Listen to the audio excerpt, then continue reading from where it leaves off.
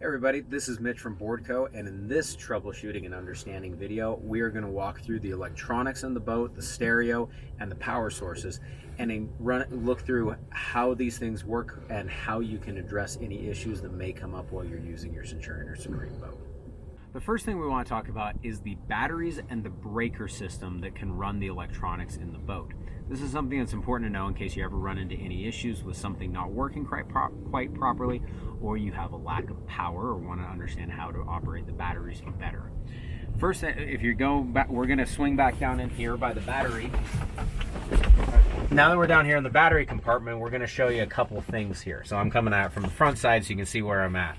So in the boat, this is the main battery control console. All of the boats come with dual battery standard and an isolator unit that you can see right here. On this isolator unit, there's this red switch that has 3 different positions. This first position is off, which is where it's pointing straight up. And this is going to isolate and disconnect both batteries from any power sources that may put a draw on them while the boat is sitting. It is important to always have it in the off position when you turn off your boat and store it, just to make sure that you don't have a draw that is put on the batteries, especially with the size of the stereo systems that we're putting in these boats, as well as a lot of the other electronic components. There can be a constant strain put on the batteries even while the boat isn't running or while the key is off. So it's just important to have that battery switch turned off.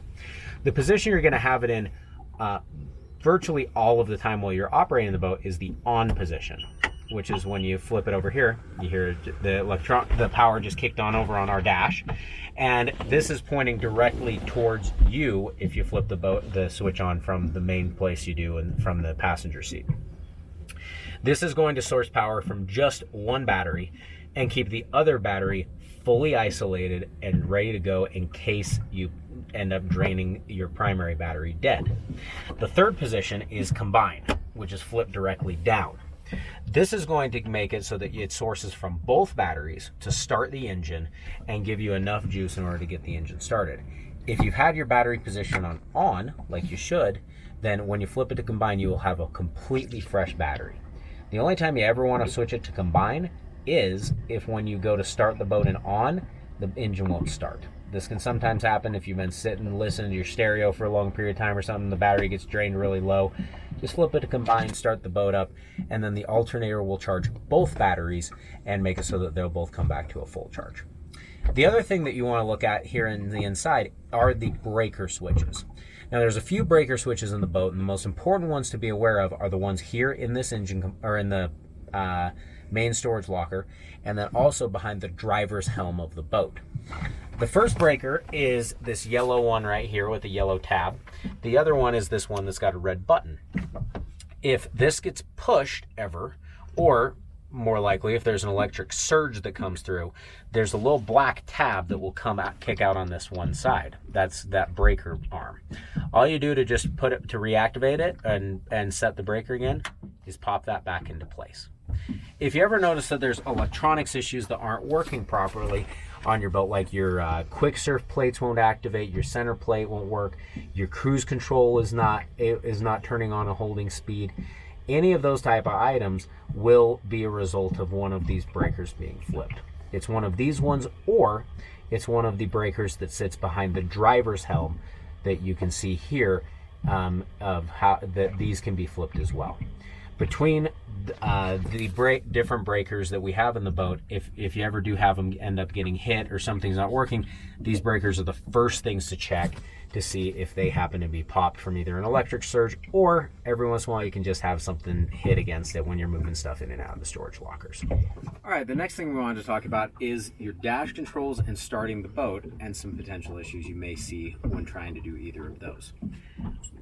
First one is, in the Centurion FI series, you just simply turn the key to the right and your dash will pop up with your main ignition being activated.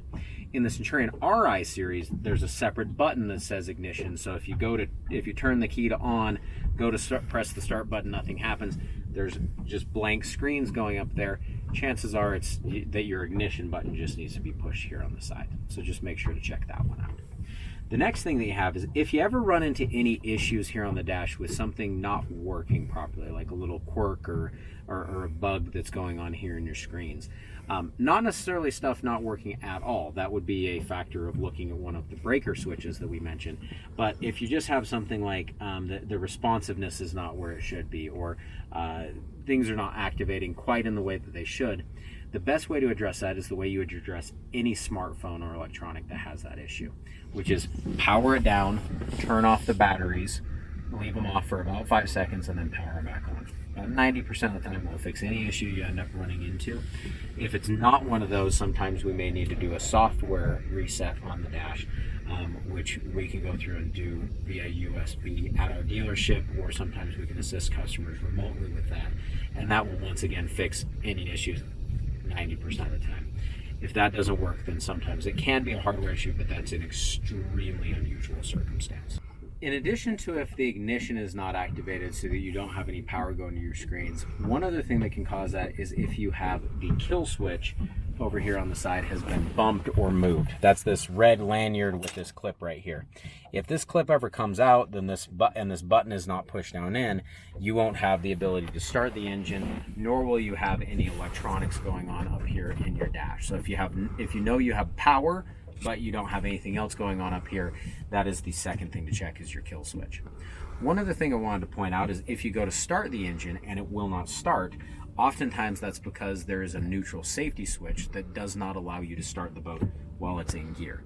So if you do have your throttle engaged at all, it's not going to allow the engine to start up.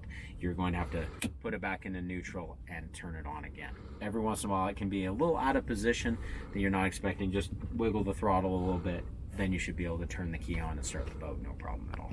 Another thing to be aware of when you're looking at the electronic system here in your Centurion or Supreme boat is the fuel gauge and the way that it reads. In order to achieve the largest gas tank possible in these boats, the engineers have designed gas tanks that are fairly short height-wise, but also have a lot of length going through the entire space of the boat. The trouble is that these gas tanks are very difficult to read accurately with the float measures that they put in there, but it does allow you to get more gas into the boat in total. If you're wanting to make sure you have an accurate read on your gas gauge, just make sure the boat is sitting stationary for just a moment, and you can look at the dash and see how much fuel is in it. You can see we're just a little bit above half a tank in this boat, and it's not moving or fluctuating. If you're trying to read it while the boat is driving, sometimes we'll read a little bit higher than it actually is sitting at. Or on the other hand, if you're have the boat on the trailer or in another area where the boat is in a nose down position, it may read less gas than you actually have in the boat, and that's just important to know. One other thing I wanted to show you here on the dash is the diagnostic system. Now this is something that in the RI there's a separate button over here just for it. On the FI you go through and hit diagnostics here. This is where you can see the engine diagnostic codes if you do have an alarm that sounds that is something that's coming from the engine. I want to talk about the different alarms and what they can mean and what that means for you when you're out on the water. There's typically two different alarms that will sound. They both make a loud beeping noise. There's one that is a constant sounding beep. It never turns off. That one is a critical alarm code, and that means you need to shut the boat down right away. Typically it's something like you have an engine that overheated or something else, and if you continue to operate it, it can cause damage to your motor. The second one is an intermittent beep. In other words, it will beep and it will then it will go silent for a minute or two, then it will beep again. That one just means that you had a non-critical fault that ended up kicking up. You can come here to the engine diagnostic and see what it is. Hit the acknowledge button and it will show that it's there. And you can take these codes that will pop out. So you don't actually need an engine code reader here. And you can sometimes look it up or call us to see exactly what the item is that is popping up on your dash. Most of the time this is a sensor had a little bit of a problem. There might be some other aspect of the boat that's not, or the engine that isn't functioning optimally, but it's not going to damage the motor for you to continue to operate the boat. So you can still use it and operate it.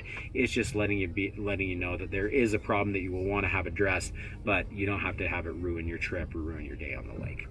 The last thing I wanted to talk about is the stereo system and a couple things that people typically will run into there.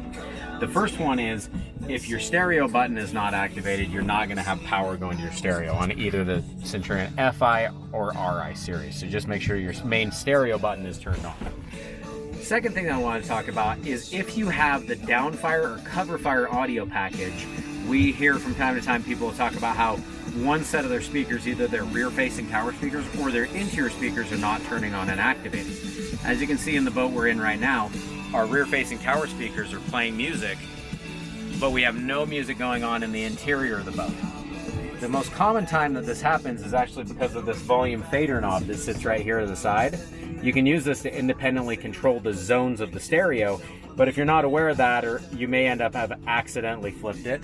And so to fix that, all you do is just turn them back to the center position for both of them. You see, we now have equal sound through all areas of the boat. You can also use that as a quick volume fader knob like so, to make it so that you can quickly adjust the volume up and down, but just be aware that that's there, and that will override the volume that is either on your phone if you're connected to Bluetooth, or on the stereo remote control, or the head unit that's there in the dash. You have those areas you can control volume, but you also have a master override with that fader knob. The last thing with the stereo is, every once in a while you can we've had people that have had their speakers cut out, and it's most commonly an issue where the amplifiers that are down inside the storage compartments have overheated. The most common time that that takes place is if you have a whole bunch of gear and stuff that's piled in and suffocating and not allowing airflow through those amps. There are fans that allow those to ventilate air. Just make sure that you don't have those plugged off. If you do happen to have that happen and it overheats, it's typically not a big deal. It will automatically shut off and go into a safety mode. The minute it cools off, it'll just go right back to functioning normally. So just be aware of those items, and you'll be able to have great music the entire time you're out there on the lake. All right, we hope these have been helpful and been able to give you some information that can be beneficial for you while you're out on the water and troubleshooting any items so that you can ensure to have a great day out on the lake with your family. One thing I wanted to point out is you're welcome to give us a call if you have any questions or want any assistance with anything. One other great resource that I highly recommend to anybody who has a Centurion or Supreme boat is to jump on the Centurion or Supreme Owners Group on Facebook. It's the official Centurion/Supreme Owners Group on Facebook. It is one of the most helpful resources you can ever possibly have, and you can oftentimes put up a question and within just moments have dozens of responses from very qualified boat owners to tell you exactly what you can do to end up addressing the issue you may be running into, or just for some helpful advice or fun stuff or anything like that. It's a great resource to have. Thanks a lot for checking out these videos we have on optimizing and understanding your Centurion boat. Check out our website, BoardCo.com, for more information, and let us know how we can be of assistance. Thanks a lot. We'll talk to you soon.